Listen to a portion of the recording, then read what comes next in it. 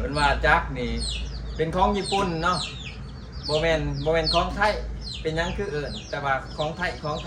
เป็นว่านะ200,000 กว่าบาทสามารถซื้อรถเกี่ยวข้าวมือสองได้เลยทำไมไม่ออกรถเกี่ยวข้าว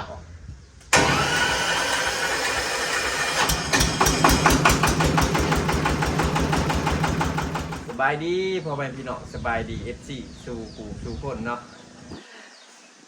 เมื่อนี้สิมาตอบคอมเมนต์นะพี่น้องตอบคอมเมนต์พ่อแม่พี่น้องเพิ่นมิ่งเข้ามากับหลากหลายแนวคิดเนาะหลากหลายความคิดเห็นพี่น้องเนาะบางคนก็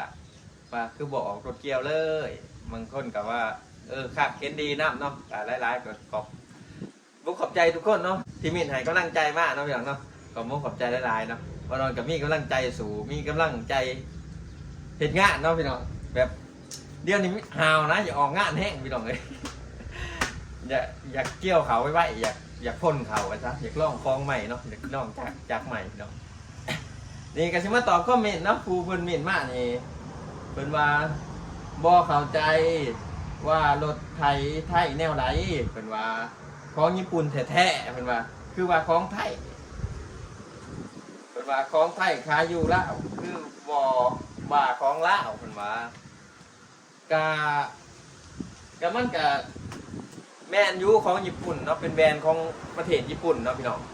แต่ว่ามันนำเข้ามาจากประเทศไทยพี่น้องเนาะเพราะว่าบ่ได้นำเข้าจากประเทศญี่ปุ่นโดยตรงเลยนำเข้าจากประเทศไทยเพราะว่าเขาก็จะมีโรงงานผลิตอยู่ไทยเนาะพี่น้องเนาะจังว่าแต่ของไทยแต่ไรมาเนาะเพราะว่าจะเป็นรถจักรหรือว่ารถเอียงคือกันเนาะพี่น้องหรือว่าจักรตัดหญ้าบ่เอียงบ่อยู่บ้านเฮาแต่ของไทยเนาะพี่น้องกันขึ้นชื่อว่าของไทยถือว่าคักพุ่นนะพี่น้องบ่เคยมีไผว่าโอ้ซื้อของญี่ปุ่นมาได้โอ้มันใส่ของญี่ปุ่นบ่แม่นเนาะพี่น้องมีแต่ว่าจักรไทยคือเว็บร้อยกับตะกี้ก็เว็บไทยเนาะรถจักรฮอนด้าฮะบ่มีว่าสิว่าของญี่ปุ่นก็ประมาณนี้เนาะพี่น้องก็ขอคือว่าประมาณนี้เนาะเพราะว่ามันก็นำเข้าจากประเทศไทยนะบ่แม่นสิได้นำเข้าจากประเทศญี่ปุ่นโดยตรงเนาะพี่น้องคือเฮาเอามาจากประเทศไทยมากก็มาขายอยู่ลาวเนาะพี่น้องก็มาของไทยนะพี่น้องเชิญมาของลาวมันก็บ้านเฮามันก็บ่ทันได้ผลิตนะบ่เคยว่ามีเครื่องจักรเป็นของลาวจักรยี่ห้อเนาะบ่เคยเห็นนะพี่น้องเนาะก็สิประมาณนี้เนาะพี่น้องก็เพิ่นก็มีมาอีกเนาะอันนี้น่าสิเป็น FC ฝั่งไทยเนาะหรือว่า230,000กันว่าทำไมไม่ซื้อรถเกี่ยวกันว่าถ้าเอารถเกี่ยวยี่ห้อญี่ปุ่นมือสองไปขายคงตีตลาดที่ดาวแต่แปลกใจทำไมไม่ค่อยมีแม่นพี่น้องมันบ่ค่อยมีเนาะพี่น้องเพราะว่าอยู่บ้านคอยเขาบ่ท่านเลยนิยมใส่รถเกี่ยวเนาะนิยมใส่แต่จักรตัดหญ้าเนาะจักรตัดหญ้าแล้วก็มารัดแปลงมาตัดเขาเอาเนาะตัดเขาอะไรกันมาใส่เครื่องนี่เนาะมาปั้นเอามาหนวดเอาในเครื่องนี่เนาะพี่น้องคือรถเกี่ยวกับมีกับโบราณแต่ว่าเขาบ่คอยใส่งานเนาะพี่น้องเขาบ่คอยใส่บริการก็คือจะซื้อมาชุบว่าคอยซื้อรถเกี่ยวมาเนาะพี่น้องมันบ่มีคนใส่บริการพี่น้องเลยเขาใส่แต่จักตัดเกี่ยวเนาะจักตัดแล้วก็เกี่ยวเอาเนี่ยที่เขาใส่รถเกี่ยวเนาะอยู่บ้านบ่ค่อยมีว่าซะรายการอีกอย่างนึงก็พื้นที่เนาะพี่น้องพื้นที่หน้าหันมันก็ไปยากมากยากพี่น้องให้หน้าก็ยังเป็นน้อยๆแน่ๆอยู่เนาะบ่คือหน้าอยู่ฝั่งไทยอะไรพี่น้องให้หนึ่งโอ้ให้แบบใหญ่ๆมันต้องเนาะพี่น้องขนาดแต่ไทยเขายังบ่ใส่ไทยหน้าเรือนตามนะพี่น้องส่วนหลายเขายังใส่แต่รถไทยแท็กเตอร์รถไทยใหญ่เนาะบ่ค่อยเห็นเขาใส่ไทยหน้าเรือนตามของใดเนาะเพราะว่าคือเบาเนี่ยเขาบ่ค่อยนิยมใส่นะครับคนก็ได้สิบ่ซื้อเขาก็บ่ซื้อมาไอ้เนาะพี่น้องแบบซื้อมากเสียเงินไปซื้อเนาะแล้วก็มันก็แพงอีกรถเกี่ยวเนาะจะซื้อออกมาโอ้ท่านเท่าไรละเนาะแบบตีเป็นเงินกีบละก็เท่าไร100 ล้านแต่พี่น้องเลยจอดมาซื้อมาว่าทีมไม่บ่ได้ออกงานเสียเงินไปซื้อแล้วพี่น้องครับแต่ว่ารถอันนี้ เขายังนิยมใส่เนาะพี่น้องเขายังนิยมใส่รถปั่นเขาอยู่บ่อะไรนิยมใส่รถเกี่ยวเขาเนาะ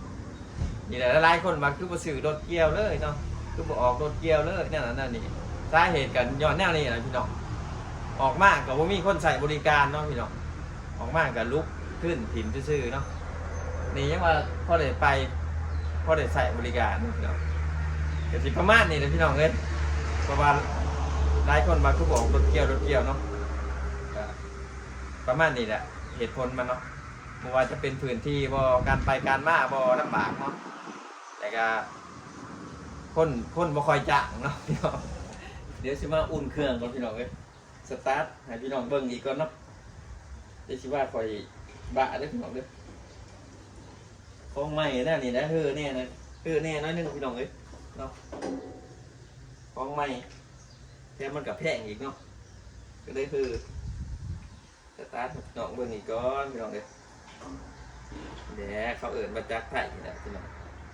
บ่เลยเอิ้นมาจากญี่ปุ่นเด้อที่บ้านเนาะ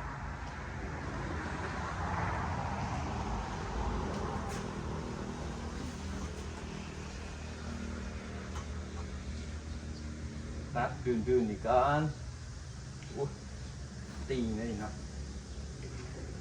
ลายอยู่จากเลยขาขับลงก็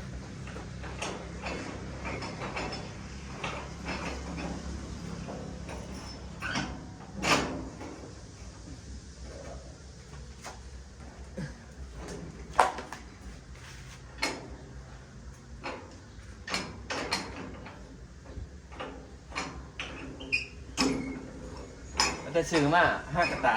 ตาดล่องเบิ่ง2-3เตือแล้วพี่น้องสตาร์ทใส่พี่น้องเบิ่งอีกเนาะ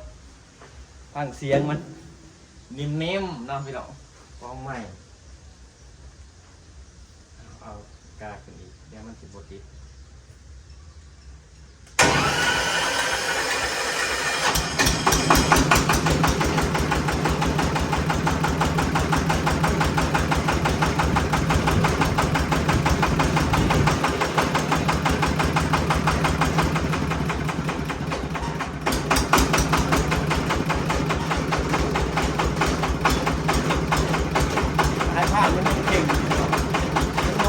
เครื่องเนาะ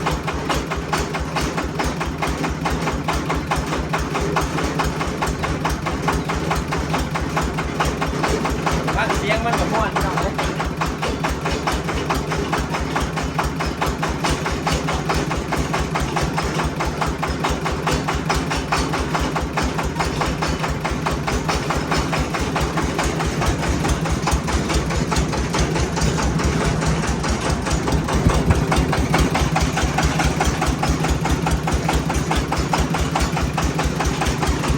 สายผ้ามันยังเข่งนี่ตัวนี้มันก็เลยหมุนเครื่องเนาะหมุนหมดเลย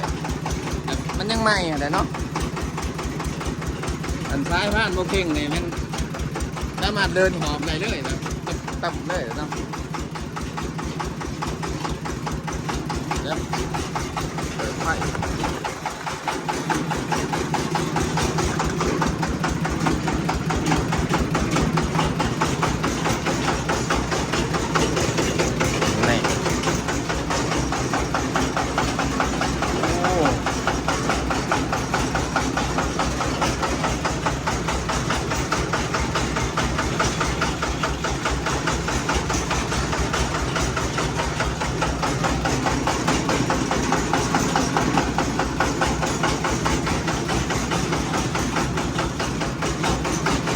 นิ่มเลยเราพี่น้องเนาะโหดเป็นโหด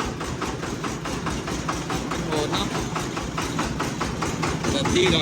180เนาะคูโบต้าเนาะเนาะ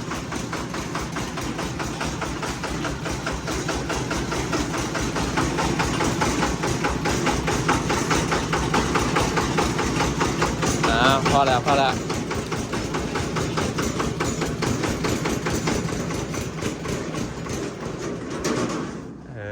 เดี๋ยวเป็นคนขางหวานฉีอยากได้เนาะ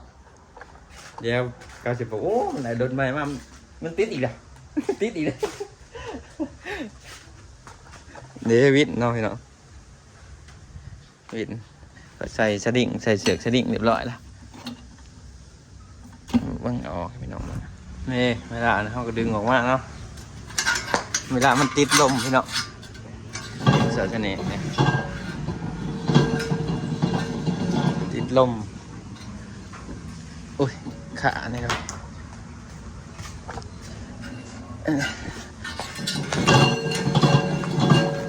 นี่เกี่ยวใส่ต้นไม้เนาะเกี่ยวใส่ต้นไม้ดึงมาเวลารถไปมันก็จะหมุนเขาเลยเวลารถไปนะหมุนเขาไปเลยเนาะก็จะให้รถเท่าขึ้นพี่น้องเนาะตัวนี้ก็คูโบตะคือกันพี่น้องเขาเกิดจากไทยคือกันนี่เนาะ เขาบอกว่าจากญี่ปุ่นเลยแต่รถอันนี้เขาก็ยังมาจากไทยเนาะจนได้บ้านเขาแนวนี้พี่น้องมันว่าจะข่อยผู้เดียวเลยบ้านเขาเกิดแนวนี่เขากับว่ารถไทยนี่รถจีนเขากับว่ารถจีนโดดนี่คือรถจีนรถจีนนี่เขินมานี่เวียดจีนนี่เขาว่าเวียดจีนอันก็เวียดไทย สิประมาณนี้เนาะพี่น้องไปเราจะปิดคลิปไปเพียงชำนี้เนาะพี่น้องจะได้ก็ฝากกดไลค์กดติดตามนะที่สำคัญกับประกาศโฆษณาเนาะพี่น้องก็กันที่พี่หนาเนาะ